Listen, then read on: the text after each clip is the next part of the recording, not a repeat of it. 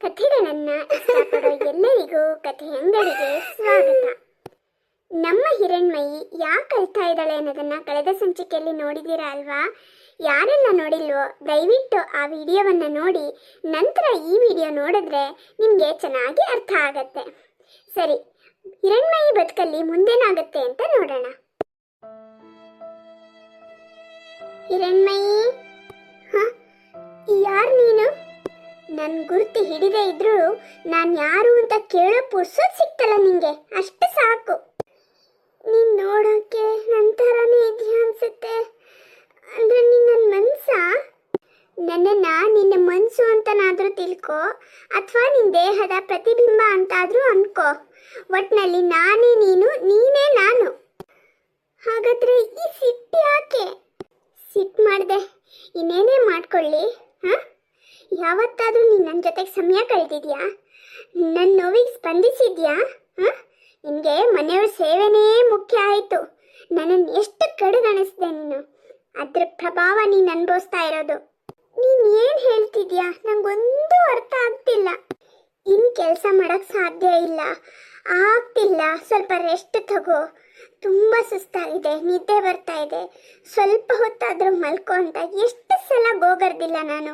ತುಂಬ ಹಶ್ವಾಗ್ತಿದೆ, ಹೊಟ್ಟೆಗೆ ಏನಾದರೂ ಹಾಕು ಅಂತ ಎಷ್ಟು ಸಲ ಬೇಡ್ಕೊಂಡಿಲ್ಲ. ಯಾವತ್ತಾದರೂ ನನ್ನ ಮಾತು ಕೇಳಿದ್ಯಾ ನೀನು? ಹಾಂ, ಮನೆಯವ್ರನ್ನ ನೋಡ್ಕೊಳ್ದೆ ಬರೀ ನನ್ನ ಬಗ್ಗೆನೇ ನಾನು ನೋಡ್ಕೊಳ್ತಾ ಇದ್ರೆ ಅದು ಸ್ವಾರ್ಥ ಆಗೋದಿಲ್ವಾ? ಓಹೋ, ಸ್ವಾರ್ಥ? ಯಾವುದೇ ಸ್ವಾರ್ಥ? ಹಾಂ, ನಿನ್ನ ಅಪ್ಪ ಅಮ್ಮನ ಕಡೆಗಣಿಸಿದ್ಯಲ್ವಾ, ಅದು ಸ್ವಾರ್ಥ ಅಲ್ವಾ? ನಿನ್ನನ್ನು ಹೊತ್ತು ಹೆತ್ತು ವಿದ್ಯಾಭ್ಯಾಸ ಸಂಸ್ಕಾರ ಕೊಟ್ಟು ಈ ಮನೆಗೆ ಒಂದು ಕೆಲಸದಾಳಾಗಿ ಕಳಿಸಿದಾರಲ್ವಾ, ಅವ್ರ ಬಗ್ಗೆ ನೀನು ಯೋಚನೆ ಮಾಡದೇ ಇರೋದು ಅದು ಸ್ವಾರ್ಥ ಅಲ್ವಾ? ಹಾಂ, ಮಗಳೇ, ನಮ್ಮೂರಲ್ಲಿ ಜಾತ್ರೆ ಇದೆ, ಬಾರೆ. ನಾವೆಲ್ಲರೂ ಟೂರಿಗೆ ಹೊರಟಿದ್ದೀವಿ, ದೇವಸ್ಥಾನಕ್ಕೆ ಹೋಗಿ ಬರೋಣ, ಒಳ್ಳೇದಾಗತ್ತೆ, ಬಾ ಮಗಳೇ.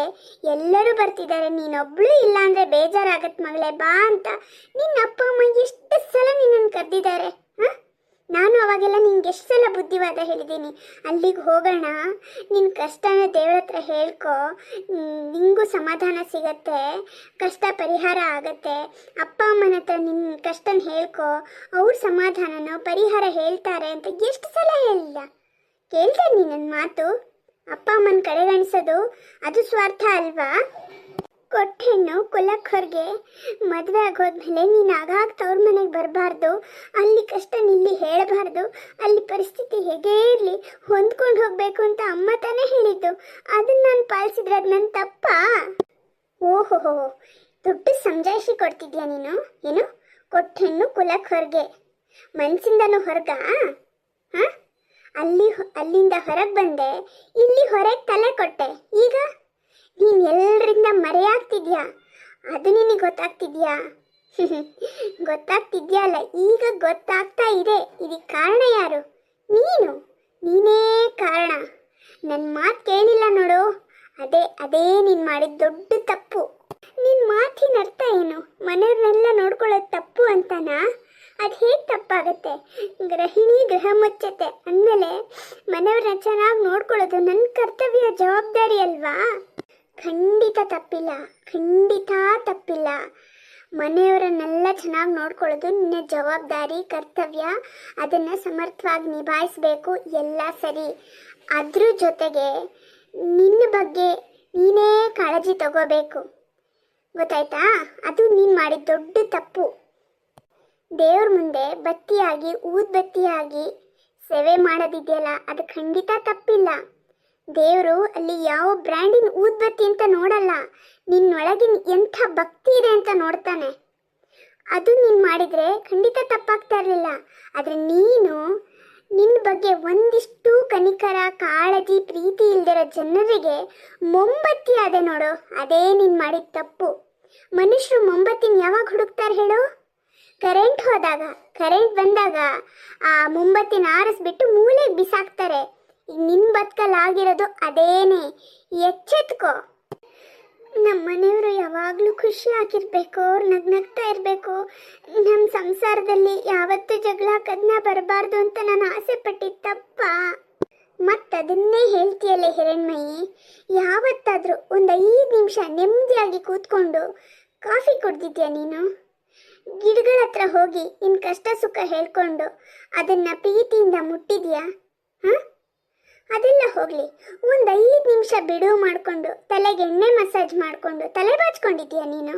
ಹಾಂ, ಇದನ್ನು ಮಾಡಿದ್ರು ನಿನಗೆ ನೆಮ್ಮದಿ ಸಿಗ್ತಾ ಇತ್ತು. ನಾನು ಎಷ್ಟು ಸಲ ಹೇಳಿಲ್ಲ ಚೆನ್ನಾಗಿರೋ ಸೀರೆ ಉಟ್ಕೋ, ಕನ್ನಡಿ ಮುಂದೆ 5 ನಿಮಿಷ ನಿಂತ್ಕೋ ಅಂತ. ಆದರೆ ನಿನಗೆ ಯಾವುದಕ್ಕೂ ಪುರ್ಸೊತ್ತಿರಲಿಲ್ಲ. ಹಾಗೆ ನೀನು ಪುರ್ಸೊತ್ತು ಕೊಟ್ಟಿಲ್ಲ ನೋಡು, ಅದಕ್ಕೆ ನಿನಗೆ ಈ ಗತಿ ಬಂದಿರೋದು. ನಿನ್ನೆ ನೀನು ಪ್ರೀತಿಸ್ದೇ ಇದ್ರೆ ಯಾರೇ ನಿನ್ನನ್ನು ಪ್ರೀತಿಸ್ತಾರೆ? ಇವತ್ತು ನಿನಗೆ ಬೇಯ್ಸ್ ಹಾಕೋದು ಬಿಟ್ಟರೆ ಬೇರೇನೂ ಗೊತ್ತಿಲ್ಲ ಅಂತ ನಿನ್ನ ಮಕ್ಕಳು ಮಾತಾಡಿದ್ರು ಅಂತ ನೀನು ಬೇಜಾರು ಮಾಡ್ಕೊಂಡು ಕೂತಿದ್ಯಲ್ಲ, ಇದಕ್ಕೆ ಕಾರಣ ಯಾರು? ನೀನೇ ಇದಕ್ಕೆ ಕಾರಣ. ಮೊದಲನೇ ಸಲ ನಿನ್ನ ಗಂಡ ಈ ಮಾತಾಡಿದಾಗ ತಿರುಗಿಸಿ ನಿಂತಿ ನೀನು ಮಾತಾಡಿದಿದ್ರೆ ಆ ವಿಷಯ ಅಲ್ಲಿಗೆ ಮುಗ್ದು ಹೋಗ್ತಾ ಇತ್ತು. ಆದರೆ ನೀನೇನು ಮಾಡಿದೆ? 2 ನಿಮಿಷ ಕಣ್ಣೀರು ಹಾಕಿದೆ, ಮತ್ತೆ ಕೆಲಸದಲ್ಲಿ ಮುಳುಗೋದೆ. ಆಮೇಲೆ ಏನಾಯಿತು? ನಿನ್ನ ಓರ್ಗಿತ್ತಿ ಇದೇ ಮಾತನ್ನು ಪದೇ ಪದೇ ಆಡೋಕ್ಕೆ ಶುರು ಮಾಡಿದ್ರು.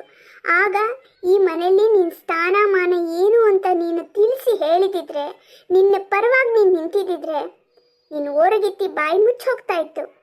ಆದರೆ ನೀನೇನು ಮಾಡಿದೆ? ಯಥಾ ಪ್ರಕಾರ 2 ಹನಿ ಕಣ್ಣೀರು ಹಾಕಿದೆ, ಮತ್ತೆ ಕೆಲಸದಲ್ಲಿ ಮುಳುಗೋದೆ. ಹಾಗಾಗಿ ಅವರೆಲ್ಲರೂ ಪದೇ ಪದೇ ಪದೇ ಪದೇ ನಿನಗೆ ಬೇಯ್ಸ್ ಹಾಕೋದು ಬಿಟ್ಟರೆ ಬೇರೇನೂ ಗೊತ್ತಿಲ್ಲ ಅನ್ನೋ ತೀರ್ಮಾನಕ್ಕೆ ಬಂದರು. ಅದೇ ಮಾತನ್ನು ಪದೇ ಪದೇ ಆಡ್ತಾನೇ ಹೋದರು.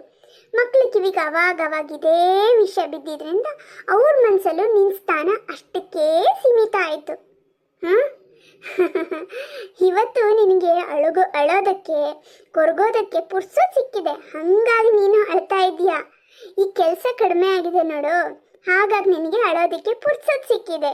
ಇಲ್ಲ ಅಂದರೆ ಇವತ್ತು ಅದೇ ಕೆಲಸ ಮಾಡ್ತಿದ್ದೆ, 1-2 ಹನಿ ಕಣ್ಣೀರು ಹಾಕ್ತಿದ್ದೆ, ಕೆಲಸದಲ್ಲಿ ಮುಳುಗು ಹೋಗ್ತಾ ಇದ್ದೆ. ಏನು, ನನಗೆ ಪುರ್ಸೊತ್ತು ಸಿಕ್ಕಿದ್ಯಾ? ಹೌದು, ನಿಂಗೀಗ ಅಳೋದಕ್ಕೆ ಪುರ್ಸೊತ್ತು ಸಿಕ್ಕಿದೆ. ನಿನ್ನ ಕೈಲಿ ಸೇವೆ ಮಾಡಿಸ್ಕೊಳ್ತಿದ್ದ ನಿನ್ನ ಅತ್ತೆ ಮಾವ ದೇವ್ರ ಪಾದ ಸೇರಿದ್ರು. ನಿನ್ನೆ ಮೊನ್ನೆವರೆಗೂ ಅಮ್ಮ ಚಿಕ್ಕಮ್ಮ ಅಂತ ನೀನು ಹಿಂದೆ ಮುಂದೆ ಸುತ್ತಾ ಇದ್ದ ಮಕ್ಕಳು ಈಗ ದೊಡ್ಡವರಾಗಿದ್ದಾರೆ. ಅವ್ರ ಕೆಲಸ ಅವ್ರು ಮಾಡ್ಕೊಳ್ಳೋಷ್ಟು ಸ್ವತಂತ್ರರಾಗಿದ್ದಾರೆ. ಹಾಗಾಗಿ ನಿಂಗೆ ಸ್ವಲ್ಪ ಕೆಲಸ ಕಡಿಮೆ ಆಗಿದೆ. ಈ ವಿಚಾರಗಳನ್ನ ಮತ್ತೆ ಮತ್ತೆ ಮತ್ತೆ ನೆನ್ಪು ಮಾಡಿಕೊಂಡು ಅಳೋದಕ್ಕೆ ಪುರ್ಸೊತ್ತು ಸಿಕ್ಕಿದೆ. ನೀನು ಒಂದೊಂದು ಮಾತು ಕೂಡ ನಿಜ. ನಾನು ನನ್ನನ್ನು ಕಡೆಗಣಿಸಿ ತುಂಬ ದೊಡ್ಡ ತಪ್ಪು ಮಾಡಿದೆ. ಇಷ್ಟು ದಿನ ತಪ್ಪು ಮಾಡಿದೆ, ಅದು ಗೊತ್ತಾಯ್ತು. ಈಗಲೂ ಅದೇ ತಪ್ಪು ಮಾಡ್ತಿದ್ಯಾ ಅಂತ ನಿಂಗೆ ಅರ್ಥ ಆಗ್ತಿಲ್ವಾ? ಅದೇನು ಅಂತ ಬಿಡಿಸಿ ಹೇಳು. ಅವರೆಲ್ಲ ನೋವು ಕೊಡ್ತಾ ಇದ್ದಾರೆ, ಅವರಿಗೆ ಎದುರಿಸಿ ಮಾತಾಡಬೇಕು, ನಿನ್ನ ಸ್ಥಾನ ಏನು ಅಂತ ತೋರಿಸ್ಕೊಡ್ಬೇಕು ಅಂತ ಯೋಚನೆ ಮಾಡೋದು ಬಿಟ್ಟು ಅಳ್ತಾ ಕೂತಿದ್ಯಲ್ಲ. ನೀನು ಅಳೋದ್ರಿಂದ ನಿನಗೇ ತೊಂದರೆ ಆಗತ್ತೆ, ಬೇರೆ ಯಾರಿಗೂ ತೊಂದರೆ ಆಗಲ್ಲ. ಅದು ನೆನಪಲ್ಲಿ ಇಟ್ಕೋ. ಹಾಗಾದರೆ ನಾನು ಏನು ಮಾಡಬೇಕು ಅಂತ ಹೇಳ್ತೀಯಾ? ನಿನ್ನ ಗಂಡ ಮಕ್ಕಳಿಗೇನಾದರೂ ಬೈದರೆ ಮಕ್ಕಳ ಪರವಾಗಿ ನಿಲ್ತೀಯ. ನಿನ್ನ ಓರ್ಗಿತ್ತಿ ಭಾವ ಏನಾದರೂ ಜಗಳ ಮಾಡಿದರೆ ಜಗಳ ಬಿಡ್ಸಕ್ಕೆ ಹೋಗ್ತೀಯ. ಆದರೆ ಯಾವತ್ತಾದರೂ ನಿನ್ನ ಪರವಾಗಿ ನೀನು ದನಿ ಎತ್ತಿದ್ಯಾ? ಇಲ್ಲ ಅಲ್ವಾ? ಇನ್ನು ಮುಂದೆ ನಿನ್ನ ಪರವಾಗಿ ನೀನು ದನಿ ಎತ್ತಲೇಬೇಕು. ನಿನ್ನ ಕಾಳಜಿನ ನೀನು ತಗೊಳ್ಳೇಬೇಕು. ಮೊದಲು ನೀನು ಪ್ರೀತಿಸೋದನ್ನು ಕಲಿ. ನಾನು ಇಷ್ಟೊತ್ತು ಹೇಳದ್ನಲ್ಲ, ಯೋಚನೆ ಮಾಡು, ಅದನ್ನು ಅಳವಡಿಸ್ಕೊ. ನೀನು ಖುಷಿಯಾಗಿರ್ತೀಯ ನೋಡು. ನೀನು ಖುಷಿಯಾಗಿದ್ದರೆ, ನಿನ್ನಲ್ಲಿ ಶಕ್ತಿ ಇದ್ದರೆ, ನಿನ್ನಲ್ಲಿ ಆತ್ಮವಿಶ್ವಾಸ ಇದ್ದರೆ ಈ ಮನೆನ ನೀನು ಚೆನ್ನಾಗಿ ನಡ್ಸ್ಕೊಂಡು ಹೋಗ್ಬೋದು. ಮನೆಯವ್ರನ್ನ ಪ್ರೀತಿಸಬೇಕು ಅಂದರೆ ನಿನ್ನಲ್ಲಿ ಶಕ್ತಿ ಇರಬೇಕು, ಆತ್ಮವಿಶ್ವಾಸ ಇರಬೇಕು. ಇದನ್ನೆಲ್ಲ ನೀನು ಅಳವಡಿಸ್ಕೊಳ್ಳೇಬೇಕು. ನಿನ್ನನ್ನು ನೀನು ಪ್ರೀತಿಸೋದನ್ನು ಕಲಿ ಮೊದಲು. ನಿನ್ನನ್ನು ನೀನು ಪ್ರೀತಿಸಿದ್ರೆ ಎಲ್ಲರೂ ಪ್ರೀತಿಸ್ತಾರೆ. ನಿನ್ನನ್ನು ನೀನು ಕಡೆಗಣಿಸಿದ್ರೆ ಎಲ್ಲರೂ ಕಡೆಗಣಿಸ್ತಾರೆ. ಕನ್ನಡಿ ಮುಂದೆ ನಿಂತ್ಕೊಂಡು ನಾವು ಹತ್ರೆ ಅದು ಹತ್ತಂಗೆ ಕಾಣುತ್ತೆ ಅಲ್ವಾ? ನಾವು ನಗಾಡಿದ್ರೆ ಅದು ನಕ್ಕಂಗೆ ಕಾಣುತ್ತೆ, ಹೌದೋ ಅಲ್ವಾ? ಅದೇ ಥರ ಮೊದಲು ನಿನ್ನ ನೀನು ಪ್ರೀತಿಸು, ಆಮೇಲೆ ಬೇರೆಯನ್ನ ಪ್ರೀತಿಸೋದನ್ನು ಸಮಯ ಕೊಡು. ಖಂಡಿತ ಖಂಡಿತ ನಾನಿನ್ಮೇಲೆ ನನಗೋಸ್ಕರ ಬದುಕ್ತೀನಿ. ಖಂಡಿತ ಖಂಡಿತ ನನಗೋಸ್ಕರ ನಾನು ಬದುಕ್ತೀನಿ. ನಿಮ್ಮ ಮಾತು ಕೇಳ್ತಿದ್ದ ಹಾಗೆ ನಾನು ಏನಾದರೂ ಸಾಧನೆ ಮಾಡಬೇಕು ಅಂತ ಅನ್ನಿಸ್ತಾ ಇದೆ. ನೀನು ಯಾರಿಗೂ ಏನು ಕಡಿಮೆ ಇಲ್ಲ ಹಿರಣ್ಮಯಿ. ನೀನೇನಾದರೂ ಮನಸ್ಸು ಮಾಡಿದ್ರೆ ಖಂಡಿತ ಸಾಧಿಸ್ತೀಯ. ಹಿರಿಯರು ಹೇಳಿದಾರಲ್ವಾ, ಮನಸ್ಸಿದ್ದರೆ ಮಾರ್ಗ ಅಂತ. ಮನಸ್ಸು ಇದ್ದರೆ ಮಾತ್ರ ಮಾರ್ಗ ಸಿಗತ್ತೆ. ಮೊದಲು ನೀನು ಮನ್ಸು ಮಾಡು, ಅಂದರೆ ನನ್ನ ಮಾತು ಕೇಳು. ಖಂಡಿತ ನೀನು ಸಾಧಿಸ್ತೀಯ, ಖುಷಿ ಆಗಿರ್ತೀಯ. ಎಲ್ಲರೂ ನಿನ್ನನ್ನು ಗೌರವಿಸ್ತಾರೆ. ಯಾರು ಗೌರವಿಸ್ಲಿ ಬಿಡಲಿ, ನಿನ್ನನ್ನು ನೀನು ಗೌರವಿಸೋದನ್ನು ಕಲ್ತ್ಕೋತೀಯ. ತಾನೇ ತಾನಾಗಿ ನಿನ್ಮೇಲೆ ನಿನಗೆ ಗೌರವ ಬಂದೇ ಬರುತ್ತೆ. ಮೊದಲು ನಿನ್ನನ್ನು ಪ್ರೀತಿಸೋದನ್ನು ಕಲಿ. ನಿನ್ನ ಕೈಲಿ ಏನು ಕೆಲಸ ಮಾಡೋಕ್ಕಾಗಲ್ವೋ ಅದನ್ನು ಧೈರ್ಯವಾಗಿ ನನ್ನ ಕೈಲಿ ಇದು ಮಾಡೋಕ್ಕಾಗಲ್ಲ ಅಂತ ಹೇಳು. ಯಾವ ಕೆಲಸ ನಿನಗೆ ಖುಷಿ ಕೊಡುತ್ತೆ, ನಿನ್ನ ಕೈಲಿ ಮಾಡೋಕ್ಕಾಗತ್ತೆ, ಅದನ್ನು ಪ್ರಾಮಾಣಿಕವಾಗಿ ಮಾಡು. ಗೊತ್ತಾಯ್ತಲ್ಲ? ಮನೆಯವ್ರನ್ನ ಪ್ರಾಮಾಣಿಕವಾಗಿ ನಿನ್ನ ಕಡೆಯಿಂದ ಎಷ್ಟು ಪ್ರೀತಿ ಕೊಡಬೇಕೋ ಅಷ್ಟು ಕೊಡು. ಅಲ್ಲಿ ಯಾವುದೇ ನಿರೀಕ್ಷೆ ಇಡಬೇಡ. ಅದನ್ನು ನಿನ್ನ ಕೈಲಿ ಮಾಡೋಕ್ಕಾಗದೇ ಇರೋದನ್ನು ಮಾಡೋಕ್ಕಾಗಲ್ಲ ಅಂತ ನೇರವಾಗಿ ಹೇಳು. ಇಷ್ಟು ಮಾಡಿ ನೋಡು, ಆಗ ನಿನಗೆ ಗೊತ್ತಾಗತ್ತೆ. ಖಂಡಿತ ಇನ್ನು ಮುಂದೆ ನನ್ನನ್ನು ನಾನು ಪ್ರೀತಿಸ್ತೀನಿ, ನನ್ನ ಪರವಾಗಿ ನಾನು ನಿಂತ್ಕೋತೀನಿ. ನನ್ನ ತಪ್ಪಿಲ್ಲ ಅಂದಾಗ ನಾನು ಎದೆ ಉಬ್ಬಿಸಿ ಧೈರ್ಯವಾಗಿ ನನ್ನ ಪರವಾಗಿ ನಾನು ಮಾತಾಡ್ತೀನಿ. ಇನ್ಮೇಲೆ ಮೊದಲನೇ ಪ್ರಾಶಸ್ತ್ಯ ನನಗೆ. ಹೌದು, ನಾನು ಚೆನ್ನಾಗಿದ್ರೆ ಮನೆಯವ್ರನ್ನೆಲ್ಲರನ್ನು ಚೆನ್ನಾಗಿ ಇಟ್ಕೋಬೋದು. ಇನ್ನು ಮುಂದೆ ನನ್ನ ಕಾಳಜಿ ನಾನು ಖಂಡಿತ ತಗೋತೀನಿ. ತುಂಬ ಥ್ಯಾಂಕ್ಸ್. ನನಗೆ ನಿನ್ನ ಮೇಲೆ ನಂಬಿಕೆ ಬಂದಿದೆ. ನೀನು ಮಾತು ಕೇಳ್ತೀಯ, ಖುಷಿಯಾಗಿರ್ತೀಯ. ಒಳ್ಳೆಯದಾಗಲಿ. ಅಬ್ಬಾ, ನಿರಾಳ ಅನ್ನಿಸ್ತು, ಹೊಸ ಉತ್ಸಾಹ ಬಂತು. ಹೌದು, ಇನ್ನು ಮುಂದೆ ನನ್ನನ್ನು ನಾನು ಪ್ರೀತಿಸಬೇಕು. ಇದೇ ನನ್ನ ಧ್ಯೇಯ ಆಗಿರಬೇಕು. ನನ್ನನ್ನು ನಾನು ಮೊದಲು ಪ್ರೀತಿಸಿ ಆಮೇಲೆ ಮನೆಯವ್ರನ್ನೆಲ್ಲರೂ ನಾನು ಚೆನ್ನಾಗಿ ನೋಡ್ಕೋತೀನಿ. ಅನ್ಯಾಯ ಆದ ಕಡೆ, ಅಂದರೆ ನನಗೆ ನೋವಾದ ಕಡೆ ನಾನು ದನಿ ಎತ್ತು ಮಾತಾಡ್ತೀನಿ. ಹೀಗೆ ಅಂದ್ಕೊಂಡು ಹಾಲಿಗೆ ಬಂದ ಹಿರಣ್ಮಯಿ ಮೊಬೈಲ್ ನೋಡೋಣ ಅಂತ ಕೂತ್ಕೋತಾಳೆ. ಅಯ್ಯಪ್ಪ, ಇವತ್ತು ಶುಕ್ರವಾರ, ನಾಳೆ ನಾಡಿದ್ದು ಆಫೀಸಿಗೆ ರಜಾ. ಆರಾಮಾಗಿ ನಿದ್ದೆ ಮಾಡಿ ಶಾಪಿಂಗ್ ಮಾಡಿ ರಿಲ್ಯಾಕ್ಸ್ ಮಾಡಬೇಕು. ಓಹೋ, ಮಹಾರಾಣಿಯವರು ಆರಾಮಾಗಿ ಕೂತ್ಕೊಂಡು ಮೊಬೈಲ್ ನೋಡ್ತಾ ಇದ್ದಾರೆ. ಏಯ್ ಹಿರಣ್ಮಯಿ, ಎಷ್ಟು ಕರಿಬೇಕೆ? ಹಾಂ? ಓ, ಕರೆದ್ರ ಅಕ್ಕ? ಅಪರೂಪಕ್ಕೆ ಮೊಬೈಲ್ ಇಟ್ಕೊಂಡು ಕೂತಿದ್ನಾ? ಹಾಗೆ ವಿಡಿಯೋ ನೋಡ್ತಾ ನನ್ನನ್ನೇ ನಾನು ಮರ್ತ್ಬಿಟ್ಟೆ. ಇನ್ನೇನು ನೀನು ಮರ್ತು ಹೋಗದೆ ಇನ್ನೇನಾಗತ್ತೆ ಹೇಳು? 3 ಹೊತ್ತು ಬೇಕಾಗಿರೋದನ್ನೆಲ್ಲ ಮಾಡಿಕೊಂಡು ಬಿಟ್ಟಿಯಾಗಿ ತಿಂತಿದೆಯಲ್ಲ, ಹಾಗಾಗಿ ಕಿವಿನೂ ಕೇಳಿಸಲ್ಲ, ಇತ್ತೀಚೆಗೆ ಮೈಯೂ ಬಗ್ತಾ ಇಲ್ಲ. ಯಾಕೆ ಹಾಗೆ ಮಾತಾಡ್ತೀರಾ ಅಕ್ಕ? ಹಾಂ? ಯಾಕೆ ಹಾಗೆ ಮಾತಾಡ್ತಿದ್ದೀನಿ ಅಂತ ನಿನಗೆ ಅರ್ಥ ಆಗಬೇಕು. ಹೋಗಲಿ ಬಿಡು, ನಿನ್ನ ಮೊದ್ದು ತಲೆಗೆ ಏನು ಅರ್ಥ ಆಗತ್ತೆ? ಹೋಗಿ ನನಗೊಂದು ಲೋಟ ಕಾಫಿ ಮಾಡ್ಕೊಂಡು ತಗೊಂಡು ಬಾ. ಹಾಂ, 10 ನಿಮಿಷದಲ್ಲಿ ಏನಾದರೂ ತಿಂಡಿನೂ ಮಾಡ್ಕೊಂಬಾ. ಹಾಂ, ಪಕೋಡ ಮಾಡ್ಕೊಂಡು ಬಾ. ಇನ್ನೇನು, ನನ್ನ ಗಂಡನು ನಿನ್ನ ಗಂಡನು ಬರ್ತಾರೆ. ಎಲ್ರಿಗೂ ಸೇರಿಸಿ ಚೆನ್ನಾಗಿ ಕ್ರಿಸ್ಪಿಯಾಗಿ ಪಕೋಡ ಮಾಡ್ಕೊಂಡು ತಗೊಂಡು ಬಾ. ಹೌದಾ ಅಕ್ಕ? ನಿಮ್ಮ ಆರ್ಡ್ರನ್ನ ನಾನು ಯಾವತ್ತೂ ಇಲ್ಲ ಅಂತಂದಿಲ್ಲ. ಆದರೆ ಇವತ್ತು ಯಾಕೋ ನನಗೆ ಬೆನ್ನು ಸೊಂಟ ತುಂಬ ನೋವಾಗ್ತಾ ಇದೆ.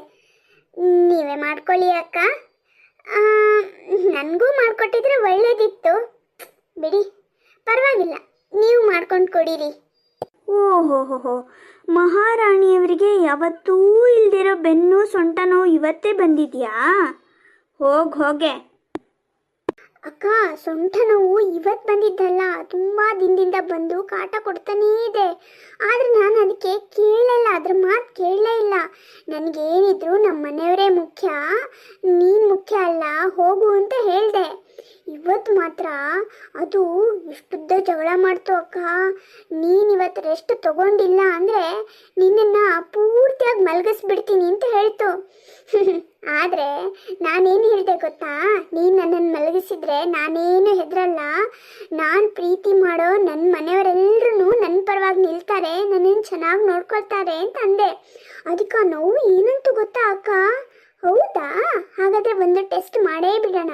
ಇವತ್ತು ನೀನು ಸ್ವಲ್ಪ ಹೊತ್ತು ಕೂತ್ಕೋ, ನೋವಿದೆ ಅಂತಲೂ ಹೇಳು.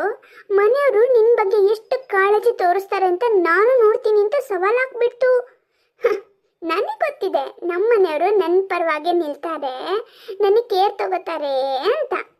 ಅಬ್ಬಾ, ಎಷ್ಟು ಮಾತಾಡೋದು ಕಲ್ತಿದ್ಯಾ ನೀನು. ತಿಂದಿದ್ದ ಕೊಬ್ಬು ಹೆಚ್ಚಾಗಿದೆ. ನಿನ್ನ ಮಾತಿಗೆಲ್ಲ ಇಲ್ಲಿ ಯಾರು ಬಗ್ಗೋರಿಲ್ಲ. ಹೋಗೆ. ಹೌದಕ್ಕ ಹೌದು, ನನಗೆ ಕೊಬ್ಬು ಹೆಚ್ಚಾಗಿದೆ.